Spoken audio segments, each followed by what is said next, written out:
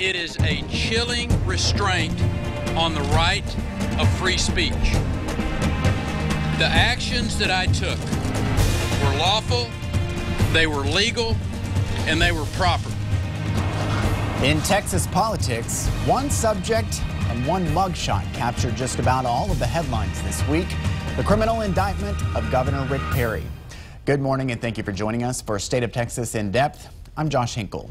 From the Justice Complex in Austin to Washington, D.C. to even the primary state of New Hampshire, the governor has fought back, saying these charges were politically motivated and not real.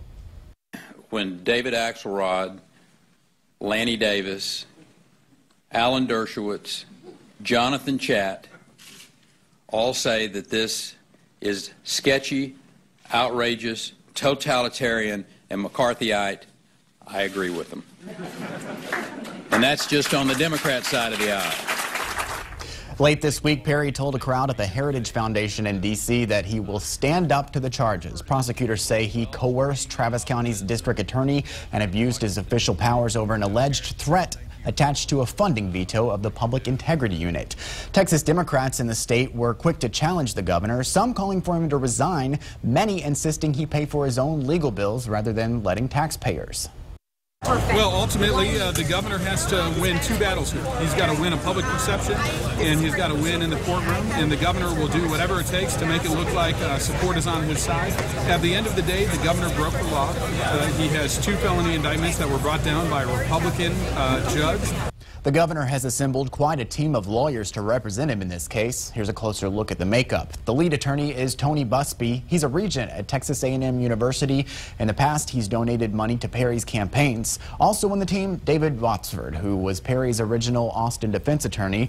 Bobby Birchfield worked on the case that fought proposed federal limits on campaign donations. Ben Ginsburg represented George W. Bush during the 2000 Florida presidential recount. And Tom Phillips is a former Texas Supreme Court justice. One of his legal team's first moves was to put out a document taking on one of the less visible issues of the case. Some said the governor really defunded the Public Integrity Unit because it was looking into the Cancer Prevention Research Institute of Texas, or CPRIT, and some donors to the governor. The unit investigated some illegal grants last year, but Perry's attorneys provided a sworn statement from the investigator indicating otherwise. He said neither the governor nor anyone from the governor's office was ever a target. Opponents, though, say Perry was trying to protect his big money donors who benefited from the grants. The secret issue that the Democrats are trying to peddle is just a red herring and a phony issue. It's the governor's signature project. He had motive. What he knew a year ago has no bearing on what he knows today. He still had motive to try and cover it up. The investigator who made the statement left the Public Integrity Unit in November of last year, 1 month before charges were filed against CPRIT's chief commercialization officer.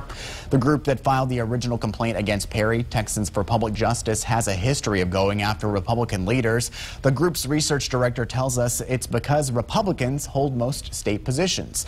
The Perry complaint is just one of dozens the group has filed since its inception. Somebody needs to hold the powerful accountable. And that's what you're doing in this case. That's our belief. The group says it averages 3 to 4 criminal and civil complaints per year. But this entire case goes beyond the headlines. We dive deeper, talking with both party leaders and neutral observers. Straight ahead on State of Texas in Depth.